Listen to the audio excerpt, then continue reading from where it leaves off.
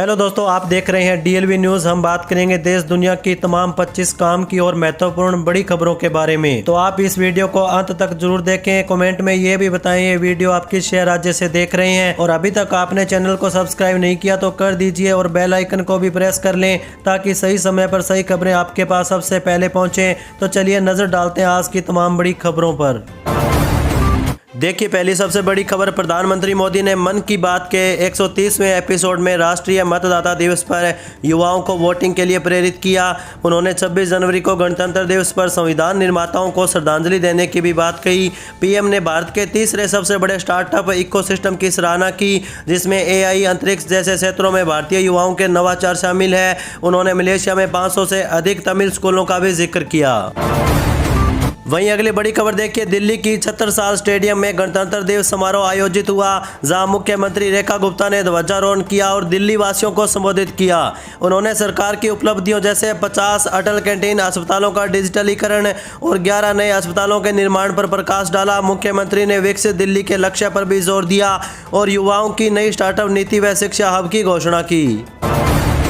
वहीं दोस्तों देखिए, मुख्यमंत्री सुखविंदर सिंह सुक्खू ने हिमाचल प्रदेश के पूर्ण राज्यत्व दिवस पर कई महत्वपूर्ण घोषणाएं की। उन्होंने 70 वर्ष से अधिक युवाओं के पेंशनरों और पारिवारिक पेंशन को 31 जनवरी से पहले एरियर देने का ऐलान किया। साथ ही चतुर्श्रेणी कर्मचारियों को भी एरियर और ग्रेच्युटी इसी तिथि से पहले मिलेगी।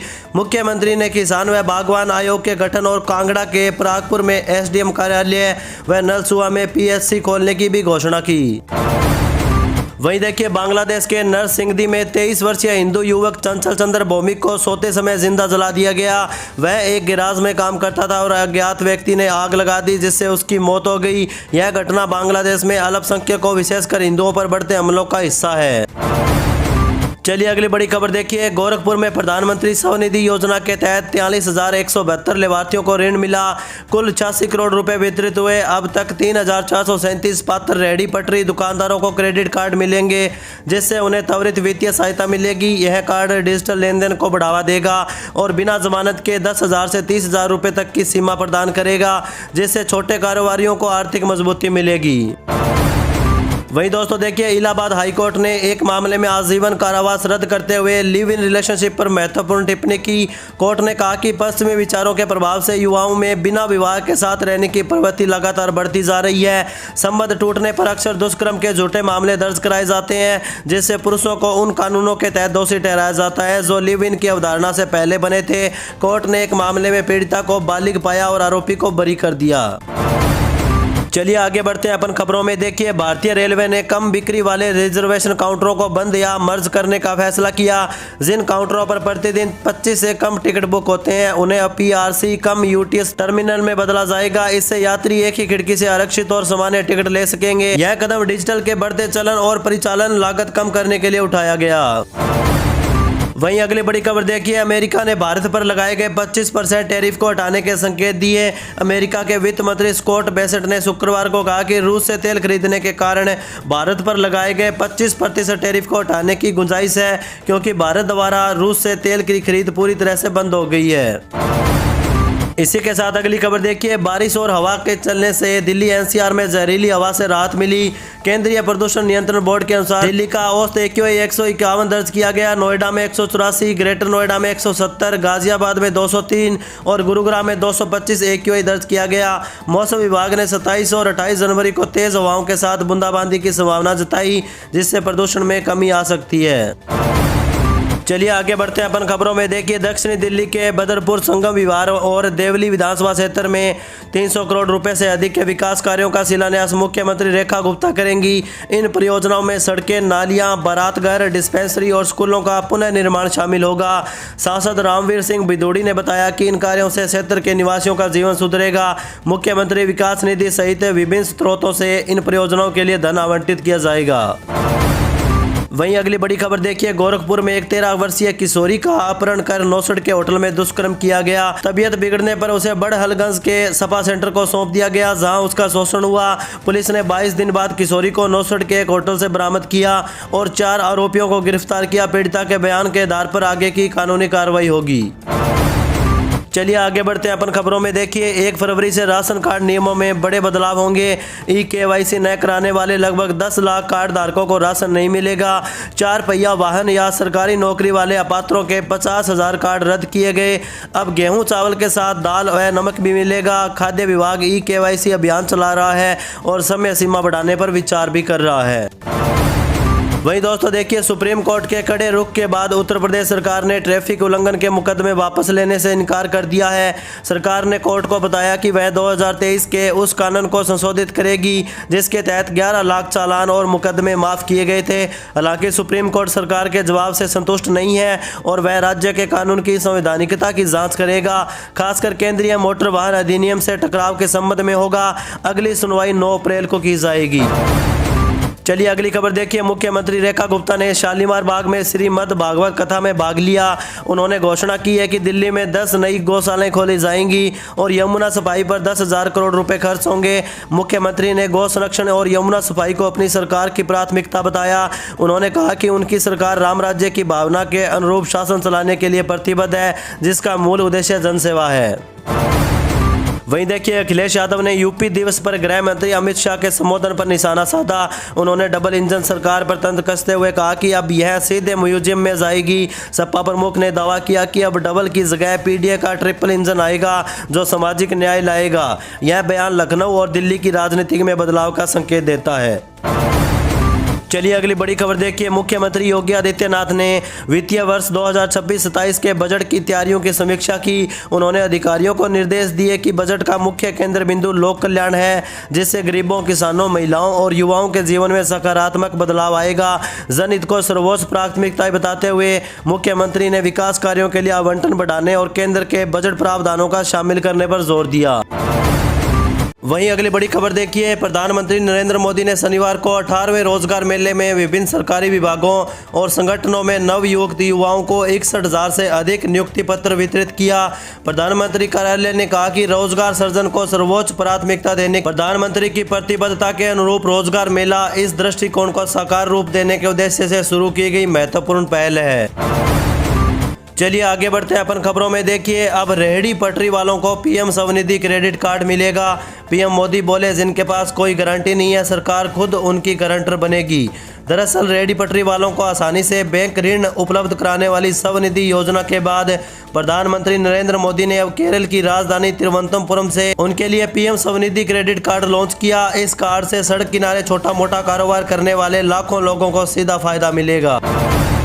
वहीं दोस्तों देखिए भाजपा के राष्ट्रीय प्रवक्ता सुधांशु त्रिवेदी ने आरोप लगाया कि कांग्रेस का यह बयान भगवान राम के प्रति अपमानजनक रवैया है। यह तमिलनाडु सरकार की संकल्पना के प्रति उनकी प्रतिबद्धता को भी दर्शाता है, जो सनातन धर्म को समाप्त करने का इरादा रखते हैं। इसके अलावा उन्होंने पंडित जवाहरलाल नेहरू पर भी नेताजी सुभाष चंद्र बोस को अपमानित करने का भी आरोप लगाया।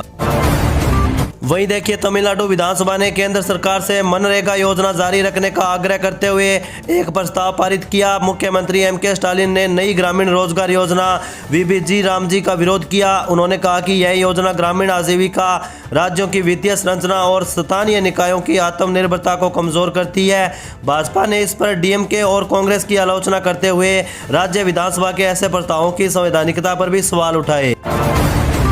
इसी के साथ अगली खबर देखिए। आंध्र प्रदेश सरकार 16 वर्ष से कम उम्र के बच्चों के लिए ऑनलाइन प्लेटफॉर्म पर प्रतिबंध या रोक लगाने पर विचार कर रही है। गृह मंत्री वांगला पुंडी अनिता ने बताया कि इस संबंध में एक समिति 1 महीने में अपनी रिपोर्ट सौंपेगी। IT मंत्री नारा लोकेश की अध्यक्षता वाली यह समिति विभिन्न राज्यों और देशों के मॉडल का अध्ययन करेगी। इसका उद्देश्य सोशल मीडिया के दुरुपयोग को नियंत्रित करना और आयु सत्यापन को अनिवार्य करना होगा। चलिए अगली बड़ी खबर देखिए। उत्तर प्रदेश दिवस 2026 का 3 दिवसीय उत्सव 24-26 जनवरी को विकसित भारत विकसित उत्तर प्रदेश थीम पर मनाया जाएगा। गृह मंत्री अमित शाह लखनऊ में इसका उद्घाटन करेंगे। इस जनोत्सव में एक जनपद एक व्यंजन योजना लॉन्च हो सकती है। साथ ही ODOP उत्पादों और GI टैग वाली वस्तुओं की प्रदर्शनी लगेगी। यह आयोजन प्रदेश की संस्कृति, संवाद और विकास यात्रा को राष्ट्रीय और अंतर्राष्ट्रीय सत्र पर प्रदर्शित करेगा, जिसमें जन भागीदारी सुनिश्चित की जाएगी। वहीं दोस्तों देखिए, मुख्यमंत्री नीतीश कुमार ने मुजफ्फरपुर में 851 करोड़ की 172 परियोजनाओं का उद्घाटन व शिलान्यास किया। उन्होंने समृद्धि यात्रा के दौरान घोषणा की कि 7 निश्चय 3 के तहत अगले 5 वर्षों में बिहार के लोगों की आय दोगुनी की जाएगी। इसमें युवाओं को 1 करोड़ रोजगार, महिलाओं को सहायता, स्वास्थ्य, शिक्षा, कृषि और औद्योगिक विकास पर जोर दिया जाएगा, जिससे राज्य का समग्र विकास सुनिश्चित हो सकेगा। चलिए आगे बढ़ते हैं अपन खबरों में। देखिए, चावल की कालाबाजारी रोकने के लिए उत्तर प्रदेश सरकार ने राशन वितरण का मानक बदला।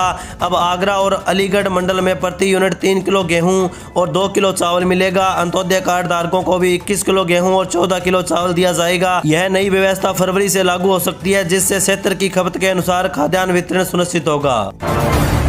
वहीं दोस्तों देखिए, पंजाब में मुख्यमंत्री सेहत योजना के पंजीकरण शुरू हो चुका है, जिससे 3 करोड़ लोगों को लाभ मिलेगा। पंजीकरण के लिए परिवार के कम से कम 2 सदस्यों को एक साथ जाना होगा।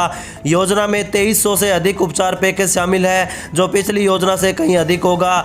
आयुष्मान भारत लाभार्थियों को 5 लाख का अतिरिक्त टॉपअप मिलेगा। सरकारी कर्मचारी भी इसके पात्र होंगे। वहीं अगली बड़ी खबर देखिए, सरकार खाद बिक्री को व्यवस्थित करने के लिए डिजिटल फार्मर आईडी का उपयोग करने की योजना बना रही है।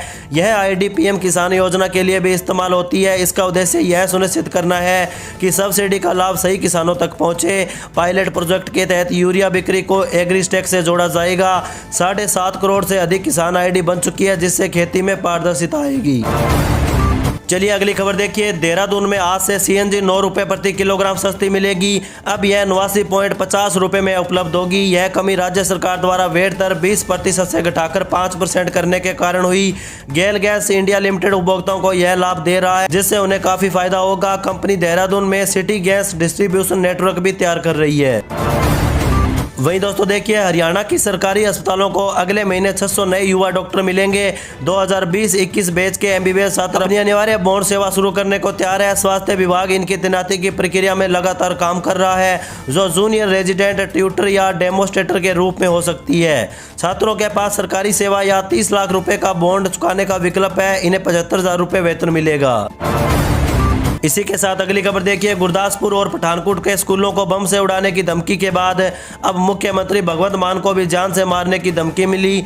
ईमेल में कहा गया कि मुख्यमंत्री हमारे निशाने पर है। पुलिस ने स्कूलों को खाली करवाकर जांच शुरू कर दी है, लेकिन कुछ संदिग्ध नहीं मिला। साइबर क्राइम टीम ईमेल के आईपी एड्रेस को ट्रैक करने में काम कर रही है। पहले भी ऐसी धमकियां मिली है, लेकिन मुख्यमंत्री को पहली बार निशाना बनाया गया।